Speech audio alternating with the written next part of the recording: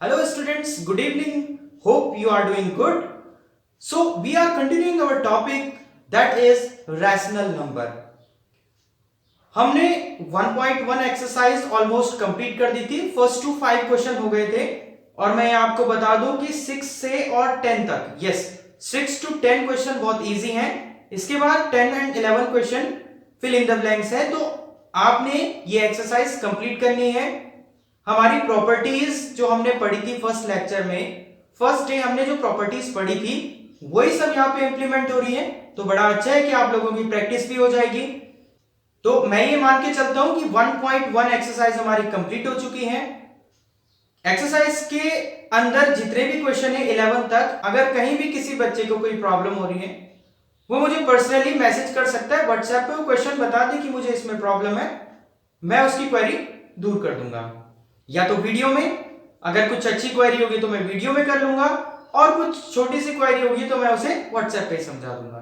ठीक है, तो चलिए हम लोग आगे बढ़े। अब हमें आगे जाना है, हमें सीखना है कि नंबर लाइन पे हम रैशनल नंबर कैसे दिखाते हैं। How to present any rational number on the number line.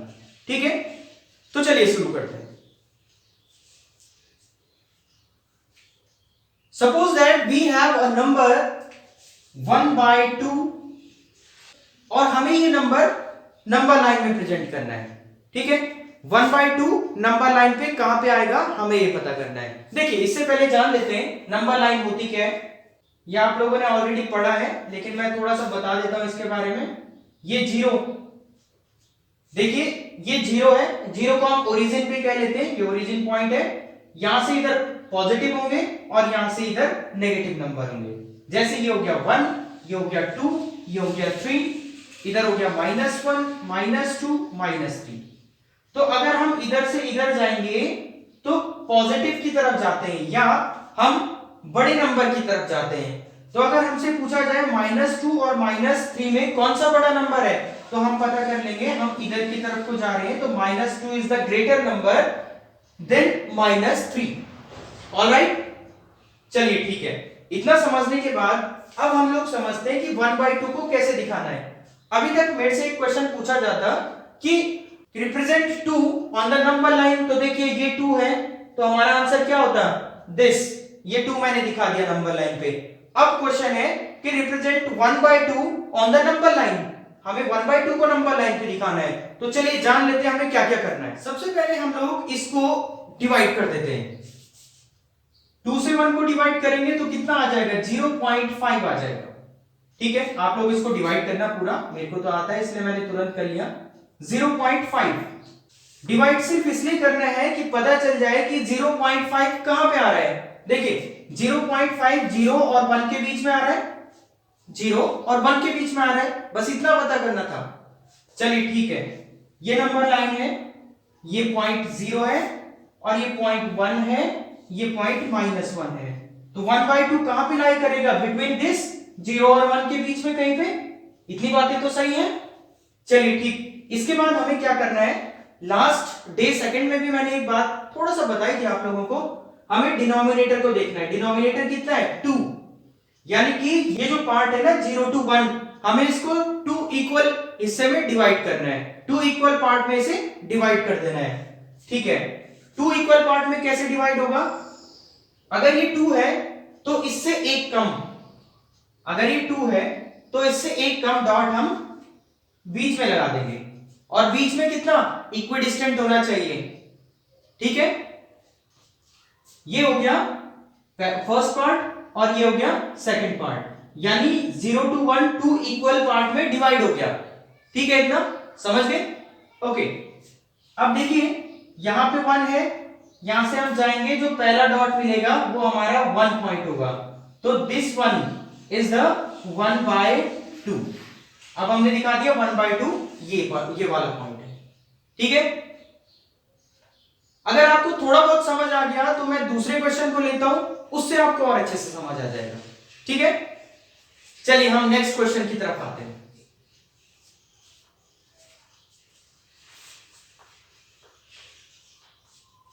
Represent, question is represent 3/8 on the number line. हमें 3/8 को नंबर लाइन पे दिखाना है, ठीक है। चलिए सबसे पहले 3/8 को डिवाइड कर लेते हैं। 8 से डिवाइड करना है 3 को, डेसिमल लगेगा, 0 हो जाएगा। 8 3 24, ये हो गया 6। बस ज्यादा करने की जरूरत नहीं है, हमें सिर्फ ये पता करना है कि ये जो सॉल्व करके आ रहा है ये कहां पे आ रहा है। थोड़ा एक पॉइंट और निकाल देते हैं, ये हो जाएगा 60, 8 5 जा, ये हो गया 60, 8 7 जा 56। बस इससे ज्यादा तुम्हें नहीं करना, हमें सिर्फ ये पता करना है कि ये जो 3/8 है ये कहां पे लाई कर रहा है। तो देखिए 0.37 है, इसका मतलब हमें पता चल गया कि ये भी 0 और 1 के बीच लाई कर रहा है। क्लियर है? तो मैं इसको हटा देता हूं अभी, या आप रफ में भी कर सकते हैं, क्योंकि हमें जस्ट पता करना है कि ये जो 3/8 है वो कहां पे लाई कर रहा है। ओके, तो हम सबसे पहले नंबर लाइन बना देते हैं। ये पॉइंट 0 है, ये पॉइंट 1 है, ये पॉइंट -1 है। अब हमने देखा इसका डिनोमिनेटर 8 है, इसका मतलब हमें 0 to 1 वाले पार्ट को 8 इक्वल पार्ट में डिवाइड करना होगा। 8 बराबर हिस्सों में हमें इसे डिवाइड करना होगा।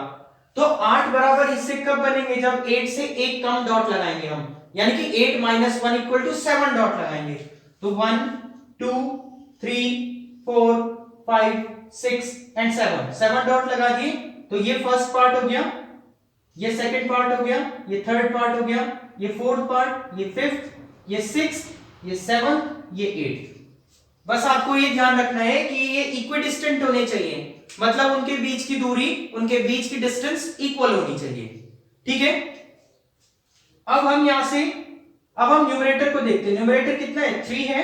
तो यहां से हम चलना शुरू करेंगे। ये 1, ये 2 और ये 3, ये वाला जो पॉइंट है ये 3/8 हो जाएगा। बस इतना आसान है। तो अभी आप लोगों को समझ आ गया होगा, मैं ऐसा सोचता हूं कि अभी आप लोगों को समझ आ गया होगा।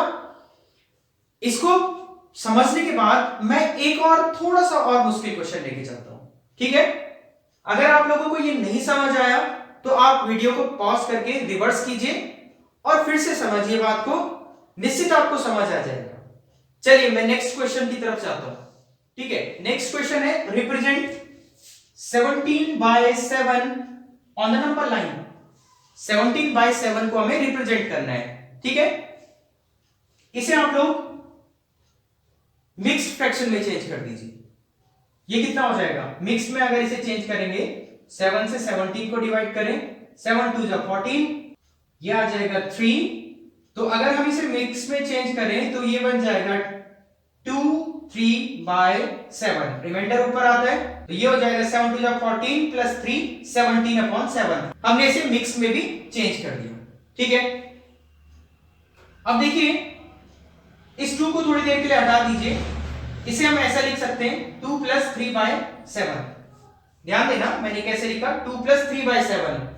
हम इस पे फोकस करेंगे, ये जो 3/7 है। 3/7 को हम डेसिमल में चेंज कर देते हैं। ये हो जाएगा 0.0, 7 4 28, ये हो गया 2 0 7 2 14। अब हमने पता लग गया कि ये 0 और 1 के बीच आ रहा है, लेकिन आगे से 2 प्लस है तो इसका मतलब ये 2 और 3 के बीच में कहीं पे आ रहा है। क्लियर हो गई बात? देखिए 2 प्लस है ना आगे, इसका मतलब ये 2 और 3 के बीच में कहीं आ रहा है। अगर आपको अभी समझ नहीं आया तो मैं दूसरा तरीका बताता हूं। आपको इसे डिवाइड करने की भी जरूरत नहीं है। किसी भी क्वेश्चन को आपको मिक्स्ड फ्रैक्शन में चेंज करना है, अगर वो हो रहा है तो। अगर वो मिक्स में चेंज हो रहा है तो आपको मिक्स में चेंज करना है, और जो आगे आएगा ना 2 और अगला, मतलब ये 2 और 3 के बीच में लाई करेगा। 17/8 कहां लाई करेगा? 2 और 3 के बीच में। अब हम जान लेते हैं कि लंबा लाइन में कैसे शो करना है, तो मैं ये सब कुछ हटा रहा हूं। बस हमें ये पता करना था कि 2 और 3 के बीच में लाई कर रहा है। अब नंबर लाइन बनाई, ये पॉइंट 0 है, ये पॉइंट 1 है, ये पॉइंट 2 है और ये पॉइंट 3 है। क्योंकि 2 और 3 के बीच में है और डिनोमिनेटर इसे हमने लिखा था 17/7 को लिखा था हमने 3/7। ठीक है, हम लोग इसे बनाएंगे 3/7 को बनाएंगे। ये 2 सिर्फ इतना बताने के लिए है कि ये 2 और 3 के बीच लाई कर रहा है। हम 3/7 को बनाएंगे तो हम यहां पे 7 इक्वल पार्ट करेंगे, क्योंकि डिनोमिनेटर कितना है 7 है, तो हम 7 इक्वल पार्ट करेंगे। 7 इक्वल पार्ट कब होंगे, जब हम 6 इक्वल डॉट बनाएंगे। 1 2 3 4 5 6 इक्वल डॉट बना दिए मैंने।